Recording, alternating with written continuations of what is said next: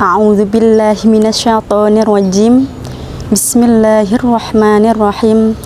Assalamualaikum warahmatullahi wabarakatuh. Alhamdulillahilladzi an'ama bi ni'matil imani wal islam.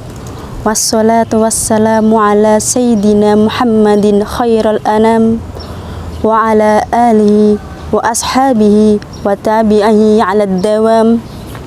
Asyhadu an la ilaha illallah wa asyhadu anna Muhammadar Rasulullah. La nabiyya wa la rasula ba'dahu. Rabbis shrahli sadri wa yassirli amri wahlul 'uqdatam min lisani yafqahu qawli. Puji syukur atas kehadirat Allah Sang Maha Pengampun yang ampunannya tiada terbendung, Sang Pemberi rahmat yang kasih sayangnya melimpah kepada seluruh umat. Biqaulina alhamdulillahi rabbil alamin.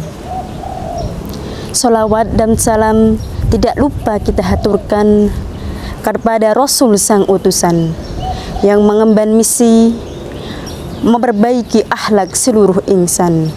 Biqaulina Allahumma sholli ala sayyidina Muhammad. Semoga kita kelak mendapat syafaatnya di yaumul kiamah nanti. Amin, amin, ya rabbal alamin. Pada kesempatan kali ini, saya akan menyampaikan tentang bagaimana hukumnya seseorang jika mencicipi makanan dalam keadaan puasa. Teman-temanku, saudaraku yang dirahmati Allah, alhamdulillah, kita telah memasuki pada 10 hari terakhir pada bulan Ramadan. Bulan di mana penuh dengan keberkahan. Syahrul Quran, Syahrul Syiyam. Bulan di mana kita diwajibkan untuk berpuasa 1 bulan penuh. Bulan di mana terdapat keutamaan-keutamaan dan keistimewaan daripada bulan yang lainnya. Saudaraku, puasa adalah ibadah untuk mengelola, menahan, dan memperbaiki diri ataupun menahan diri dari segala sesuatu yang membatalkannya dari lapar, dahaga, amarah, dan hawa nafsu. Dalam pelaksanaannya, ibadah puasa harus berhati-hati karena ada beberapa hal yang harus dihindari karena dapat membatalkan puasa.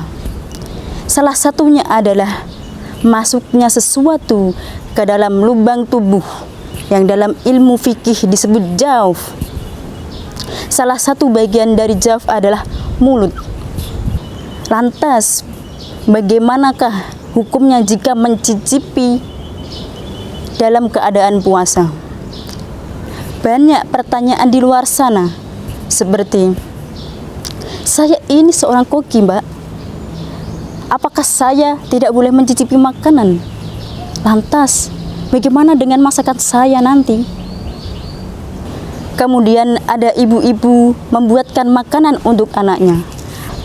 Lantas, bagaimana juga jika orang tersebut membuat makanan untuk orang sakit? Apakah boleh juga mencicipinya? Saudaraku, hukum diperbolehkan atau tidaknya mencicipi makanan ketika puasa masih banyak diperdebatkan oleh kalangan ulama. Ada yang menghukuminya boleh, ada menghukuminya makruh.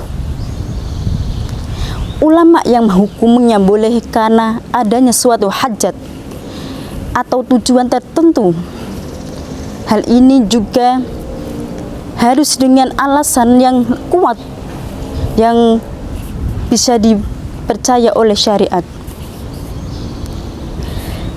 Saudaraku, hukum bolehnya mencicipi makanan ketika puasa tidak boleh.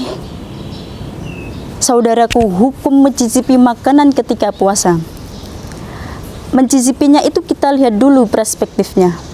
Apakah mencicipinya itu sebentar atau malah kebablasan ke dalam tenggorokan?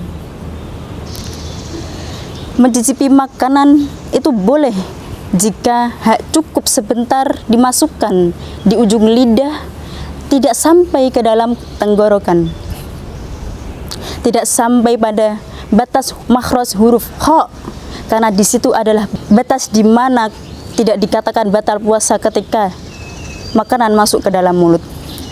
Dalam sebuah hadis dikatakan, la ba'sa ayyaduqa al-khalla aw syai'a ma lam yudkhil khalaqah wa huwa shaim. Tidak mengapa, tidak masalah mencicipi suatu makanan. Di sana disebutkan al-khalla, cuka, au syai'a atau makanan sejenis lainnya, selama tidak masuk dalam kerongkongan. Wa huwa shaim, ketika sedang berpuasa. Saudaraku yang dirahmati Allah, ada beberapa ulama yang menghukumi mencicipi makanan ketika puasa dengan hukum makruh. Syekh Abdullah bin Hijaz Asyarqawi mengatakan, beberapa hal yang makruh ketika berpuasa adalah mencicipi makanan. Hal ini disebabkan karena tidak adanya hajat atau tujuan tertentu, dan dikhawatirkan akan besarnya syahwat yang menguasai diri seorang manusia. Saudaraku, dalam kitab Fiqh Siyam juga dikatakan, dalam keadaan darurat atau dalam keadaan di mana kita harus mencicipi makanan, itu diperbolehkan, bukan lagi dimakruhkan. Islam adalah agama yang mudah, tetapi jangan sampai kita mempermudah agama Islam itu tersendiri. Mungkin hanya itulah yang bisa saya sampaikan. Kurang lebihnya saya mohon maaf. Ihdinas syiratal mustaqim. Akhirul kalam, wallahu muwafiq ila aqwamit thoriq. Wassalamualaikum warahmatullahi wabarakatuh.